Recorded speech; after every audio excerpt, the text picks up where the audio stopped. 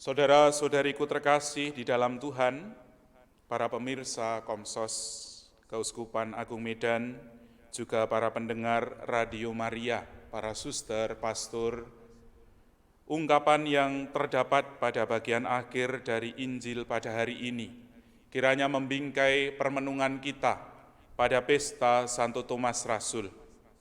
Karena telah melihat aku, maka engkau percaya. Berbahagialah mereka yang tidak melihat namun percaya. Iman timbul atau muncul bukan dari penglihatan, tetapi iman muncul dan timbul dari pendengaran. Kita semua pernah mendengar ungkapan seperti itu, dan barangkali kita semua juga seringkali mempraktekkan bagaimana cara kita semua beriman di tengah-tengah situasi hidup menggereja dan juga kebersamaan dalam menghayati iman dengan umat yang lain.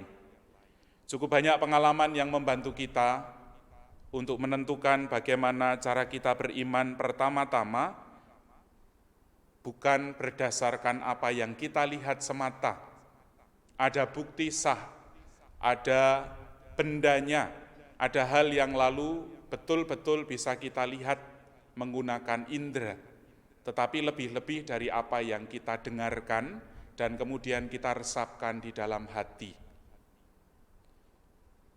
Kita semua sedang ada dalam situasi penggunaan media sosial yang cukup intens, yang cukup sering, dan akhir-akhir ini juga cukup banyak pengalaman-pengalaman kita yang terangkum dalam menggunakan media sosial itu amat membantu kita untuk menghayati iman. Apa yang sebelumnya itu harus sungguh-sungguh ada di depan mata kita, dengan mempergunakan media sosial seringkali kita bisa mendengar, seringkali kita bisa dari tempat yang berjauhan itu mempunyai kontak batin, mempunyai sambungan, koneksi dengan orang-orang lain. Sudah kira-kira 3 bulan lebih kita bersama mengadakan misa streaming seperti ini, ibadat bersama dengan keluarga di tempat masing-masing. Ada pro dan kontra, tetapi ini tentu saja membantu kita semua untuk tidak kehilangan harapan, tidak kehilangan iman akan Tuhan yang hadir dimanapun. Kalau sebelumnya kita semua yakin dan percaya Tuhan Yesus ditemukan ketika kita semua datang ke gereja, gitu ya. Maka umat itu berbondong-bondong pada hari Minggu. Para suster itu juga berbondong-bondong pada hari Minggu ke gereja. Sekarang karena adanya pandemi corona, kita semua tidak dapat lagi bertemu, kemudian merayakan Ekaristi dalam kebersamaan, bersalaman dan lain sebagainya. Perjumpaan wajah, melihat dan menggunakan panca indera seperti inilah yang akhir-akhir ini amat sangat berkurang kita alami. Tetapi kita yakin dan percaya bahwa ketika mendengar suara saudara-saudari kita, ketika Anda juga mendengarkan suara pastor, ketika merayakan Ekaristi seperti ini, kita yakin bahwa di belahan bumi manapun, kita semua boleh bersatu hati. Dan itulah juga yang dialami oleh para rasul. Dalam kehadiran Tuhan, sekalipun pada akhirnya kita menemukan kisah di dalam Injil bahwa Thomas tidak berada bersama dengan para rasul. Awalnya dia ragu-ragu karena tidak melihat. Tetapi Yesus membantu memberi pencerahan bukan saja kepada Thomas, tetapi juga kepada kita semua.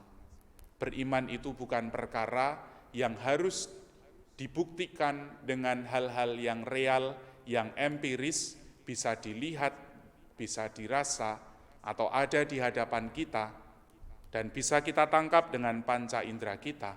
Tetapi perkara beriman adalah masalah hati, masalah sambungan kita mendekat bersama dengan Tuhan sendiri.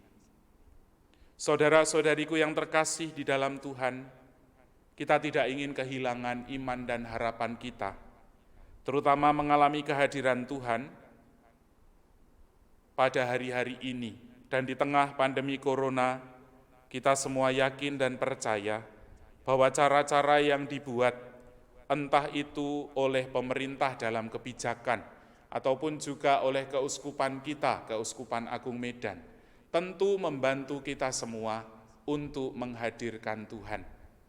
Jangan lagi kita tidak percaya, sekalipun kita tidak melihat, melainkan mari percayalah, karena dikatakan oleh Tuhan, berbahagialah mereka yang tidak melihat namun percaya. Saudara-saudariku yang terkasih di dalam Tuhan, mari kita menghidupi iman kita, terutama dalam usaha, selalu mempraktekkan juga di tengah-tengah kebersamaan. Kita perlu membantu orang-orang yang masih berkeras hati, tidak mau menerima cara-cara yang akhir-akhir ini dipergunakan, entah oleh gereja ataupun juga oleh pemerintah, untuk berdoa bersama. Syukur bahwa ada tempat di mana gereja sudah mulai dibuka untuk merayakan Ekaristi, tentu dengan keterbatasan dan juga melakukan prosedur pencegahan penyebaran COVID. Tetapi di lain tempat, ada juga gereja yang belum dapat dibuka dan masih mempergunakan cara seperti ini. Mari kita berdoa bersama supaya Tuhan berkenan menambahkan iman kita dan kita tidak lagi menjadi ragu-ragu seperti halnya Thomas. Saya lalu menggambarkan bagaimana ragu-ragunya Thomas pada waktu tidak bisa melihat Yesus, merupakan salah satu langkah yang memang harus diambil supaya pada akhirnya Thomas bisa tancap gas untuk menjadi saksi dan martir. Ketika menggunakan kereta, ketika mempergunakan mobil, dan itu masih belum matic begitu ya, alias masih mempergunakan perseneleng atau gigi, seringkali ada pengalaman seperti itu. Ketika lalu menggeser gigi, kalau mau tancap gas untuk menyalip, untuk melanggar kendaraan yang lain, orang perlu menurunkan giginya. Kalau sebelumnya itu perseneleng atau giginya itu 3, maka dia menurunkan menjadi 2. Karena di depan itu melihat ada kendaraan lain, menurunkan menjadi 2. Dan pada saat menurunkan perseneleng itu, ada hentakan yang lalu menarik kendaraan kita itu ke arah belakang begitu ya. Tetapi sesudah itu, setelah kemudian menurunkan perseneleng, mundur ke belakang sebentar, tetapi kemudian kita bisa tancap gas untuk melanggar kendaraan, untuk menyalip kendaraan lain. Langkah Thomas yang awalnya ragu-ragu, tetapi dengan penuh kerendahan hati, dengan penuh kejujuran dia mengakui di hadapan Tuhan Yesus, membutuhkan bukti, tetapi pada akhirnya dibantu oleh Tuhan. Inilah saat ketika Thomas itu menurunkan persenelengnya, dan kemudian dengan bersemangat ia menjadi saksi, menjadi martir, bahkan sampai ke tempat yang jauh. Dia mewartakan dan menjadi martir di India, kematiannya ditembus dengan tombak. Kita semua juga mengalami hal yang sama. Kita mohon supaya Tuhan di tengah-tengah pandemi seperti ini juga berkenan membantu kita untuk semakin beriman. Tidak masalah kita semua berhenti sebentar untuk mundur, untuk berefleksi, untuk mengumpulkan kekuatan dalam hidup beriman kita. Kalau saya membayangkan masa-masa work from home, masa-masa bekerja di rumah, berada di rumah, jaga jarak, distansi, itu menjadi kesempatan bagi kita untuk berada ke belakang terlebih dahulu, berefleksi, baru kemudian kita tancap gas untuk semakin menghayati hidup iman kita di tengah-tengah pelayanan pada hari-hari ini.